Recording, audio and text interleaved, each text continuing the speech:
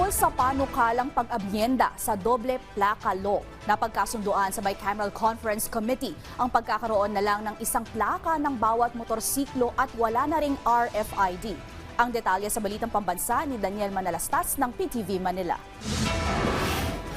Isang plaka na lang para sa mga motorsiklo. Ito ang napagkasunduan sa Bicameral Conference Committee hinggil sa panukalang pag-amyenda sa doble plaka law. Isa pa sa napagkasunduan, wala na ring RFID. Wala nang plaka sa harap, sa likod na lang. Kasi ang ano rito, we have about 9 million backed. Mas mabuti ng lahat may plaka kaysa po dalawa nga hindi mabigay. Sabi ni Senator J.V. Ejercito, nagkaroon ng problema ang LTO sa RFID at sapat na raw ang plate number. LTO themselves said that nagkakaroon ng problema with RFID yung pong pag-leak. And at the same time, sabi nila yung plate number alone is enough for the enforcers to verify yung veracity and yung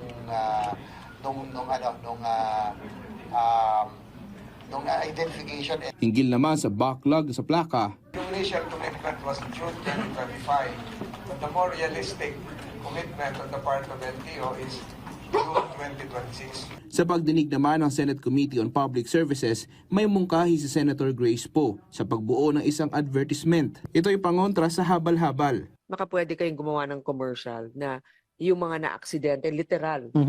Pag nangyari sa inyo ito, nabalian kayo o nabawian ng buhay ang isang mahal nyo sa buhay, wala kayong insurance kung private ang usapan ninyo at walang accredited TNVS na kasama. On the part po sa LTFRB, tutulungan po namin through DOTR. Kaya po namin makapag-gawa ng ganong klaseng infomercial, and then our players will help us disseminate it through our Facebook naman po. Inungkat din sa pagdinig ng komite ang issue sa discount sa TNVS. Tanong ni Senator Raffy Tulfo, bakit hindi na lang ipasalo ito sa TNCs? Yes, Mr. Chair.